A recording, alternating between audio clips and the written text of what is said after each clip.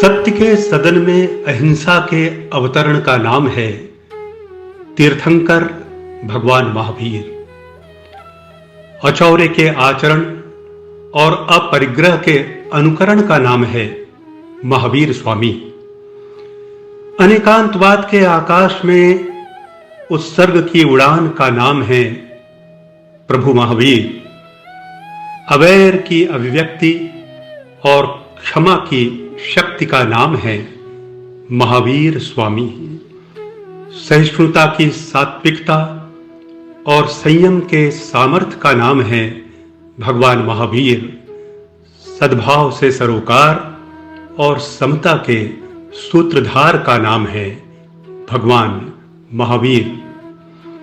महावीर की साधना विश्व शांति की प्रयोग भूमि है। प्रभुवर ने कहा था, जियो और जीने दो।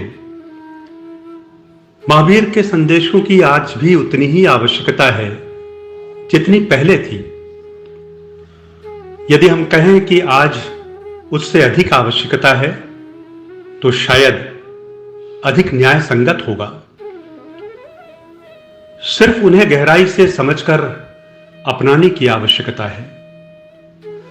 महावीर की वाणी ने प्राणी मात्र के जीवन में मंगल प्रभात का उदय किया। अब यह हम सब की जिम्मेदारी है कि उस वाणी के तेज और आलोक को हम सर्वव्यापी, सर्वहितकारी, सर्वोदयी और सर्वमंगलकारी बनाने का प्रयास करें। महावीर जयंती पर हम स्मरण करें कि भगवान का संदेश प्राणी मात्र के कल्याण के लिए है। उन्होंने मनुष्य के बीच भेदभाव की सभी दीवारों को ध्वस्त किया। उन्होंने कहा, इस विश्व में न कोई प्राणी बड़ा है न कोई छोटा। उन्होंने गुण कर्म के आधार पर मनुष्य के महत्व का प्रतिपादन कर एक चमत्कारिक रास्ता बताया। ऊंच नीच, उन्नत अवनत, छोटे बड़े सभी अपने कर्मों से बनते हैं। सभी समान हैं, न कोई छोटा न कोई बड़ा। भगवान की दृष्टि वास्तव में समभावी थी। सर्वत्र समता का भाव। वे संपूर्ण विश्व को समभाव से देखने वाले साधक थे, समता का आचरण करने वाले साधक थे। उनका प्रतिमान था, जो व्यक्ति अपने संस्कारों और संकल्प का निर्माण करता है वही साधना का और मंजिल का अधिकारी होता है। यदि हम गहराई में जाकर देखें तो भगवान महावीर के सभी सिद्धांत, अहिंसा, सत्य, स्तेय, ब्रह्मचर्य, अपरिग्रह से लेकर अनेकांतवाद और स्यादवाद तक आज के समय में अत्यंत प्रासंगिक सिद्ध होते हैं। ठीक ही कहा गया है, खान से निकले कोयले से आवृत हीरे में बाहर से कालिमा दिखाई पड़ती है, परंतु आंतरिक सौंदर्य और चमक पूरी की पूरी विद्यमान रहती है। जरूरत केवल कालिमा को हटाने की है।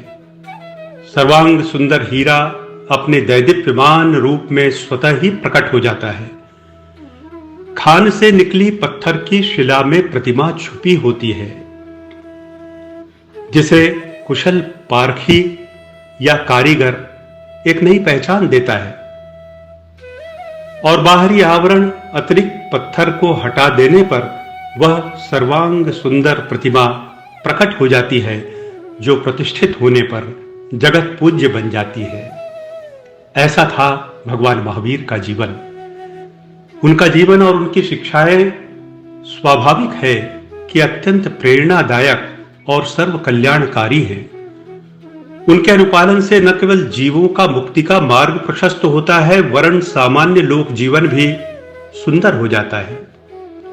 महावीर वाणी सत्यम शिवम सुंदरम का प्रतिमान है।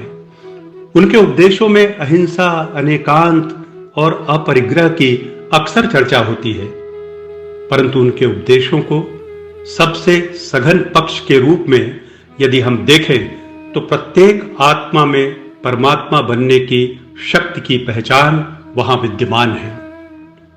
प्रत्येक आत्मा की स्वतंत्रता की उद्घोषणा और इस विश्वास की स्थापना कि मनुष्य जन्म से नहीं कर्म से महान बनता है, ये भगवान महावीर और उनकी वाणी की अनुपम उपलब्धि है। श्री दलाई लामा ठीक कहते हैं कि हमारे पास आयात के लिए तो बहुत कुछ है, लेकिन निर्यात के लिए अहिंसा के अलावा कुछ नहीं है। अहिंसा महावीर वाणी का सार है, ये पूरी दुनिया जानती है। दलाई लामा फिर कहते हैं, सबसे बड़ी शर्त यह है जो निर्यात करते हैं उसे अपने लिए भी तो उपयोगी माने। स्वाभाविक है, वे कह रहे हैं कि अहिंसा को जीवन का अंग बनाने की आवश्यकता है। महावीर की अहिंसा को जीवन की मूल धारा से जोड़ने की जरूरत है। व्यवहार के स्तर पर और जीवन क्रम में अहिंसा को एक अभिन्न सहयोगिनी के रूप में आवश्यकता है। यह अनायास नहीं है कि सर्वपल्ली डॉक्टर राधा कृष्णन ने स्पष्ट शब्दों में कहा था, यदि संसार को तबाही से बचाना है और कल्याण के मार्ग पर चलाना है तो भगवान महावीर के अहिंसा के महान संदेश और उनके बताए हुए रास्ते को ग्रहण किए बिना और कोई रास्ता नहीं है।